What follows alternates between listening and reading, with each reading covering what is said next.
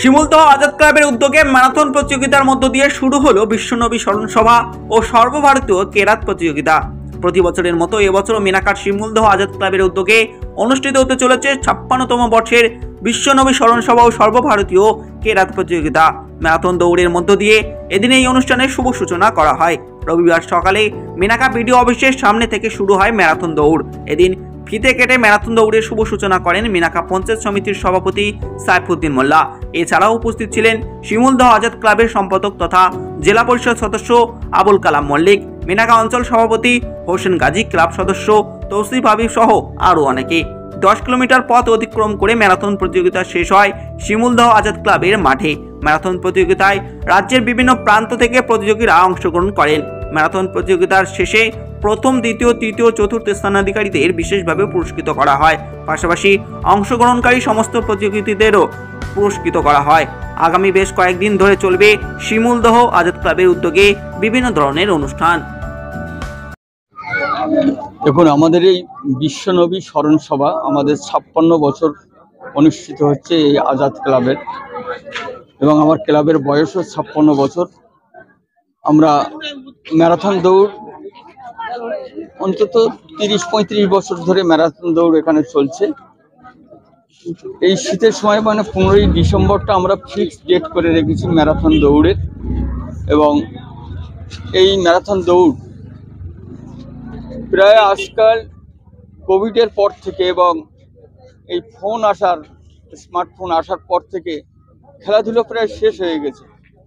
তাই আমরা উৎসাহ দিতে, বিশেষ করে আমাদের এই গ্রাম বাংলার ছেলেদের, তাদেরকে উৎসাহ দিতে এবং তাদের শারীরিক এবং বিভিন্ন খেলাধুলার মাধ্যমে তারা যাতে তাদের শরীরটাকে গঠন করতে পারে, সেজন্য আমরা এই ম্যারাথন দৌড় প্রতিযোগিতা দিয়ে আমরা শুরু করি।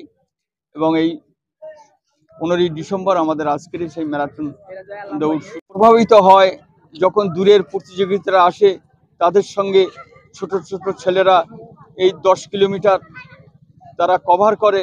এটা সত্যি খুব ভালো জিনিস এবং এরাই আগামী দিনে, এরাই ভবিষ্যৎ, আগামী দিনে এরাই দৌড়বিদ হবে এবং এরা ম্যারাথন দৌড় সফল প্রতিযোগিতা হবে এই কামনা করি। আছে এরপরে আমাদের 29শে ডিসেম্বর থেকে 4ঠা জানুয়ারি পর্যন্ত কর্মসূচি। 29শে ডিসেম্বর হবে আমাদের, যেটা আমরা 26তম বর্ষ চলছে, রক্তদান শিবির। এখানে প্রচুর পুরুষ এবং মহিলারা এখানে রক্তদান করেন এবং আমরা বছরে প্রায় দুবার করে রক্তদান শিবির করি। আমার আরেকটা ক্লাব আছে এখানে, তাজ কোচিং সেন্টার, তার মাধ্যমে রক্তদান শিবির আমরা করি। এবং রক্তদান শিবির পরে ওই দিনে আছে আমাদের হাঁটো বাংলা, বিশেষ করে ডায়াবেটিস রোগীদের জন্য, যারা প্রতিনিয়ত এই রাস্তায় হাঁটে, তাদের জন্য আমরা একটা হাঁটো বাংলা প্রতিযোগিতা এবার শুরু করেছি।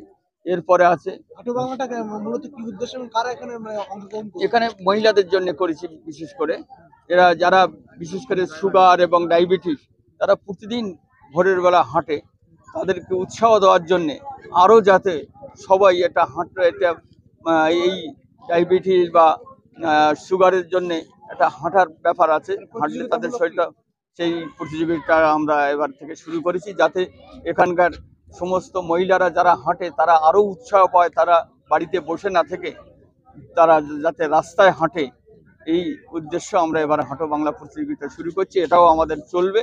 এবং এরপরে আছে বৃক্ষরোপণ। তাছাড়া বিশেষ করে আমাদের সর্বসাধারণের জন্য এবারে করেছি অঙ্কন প্রতিযোগিতা। বাচ্চাদের 12 বছর পর্যন্ত তারা এখানে অংশগ্রহণ করবে। প্রচুর ছাত্রছাত্রী এখানে এই অঙ্কন প্রতিযোগিতায় অংশগ্রহণ করে। তাছাড়া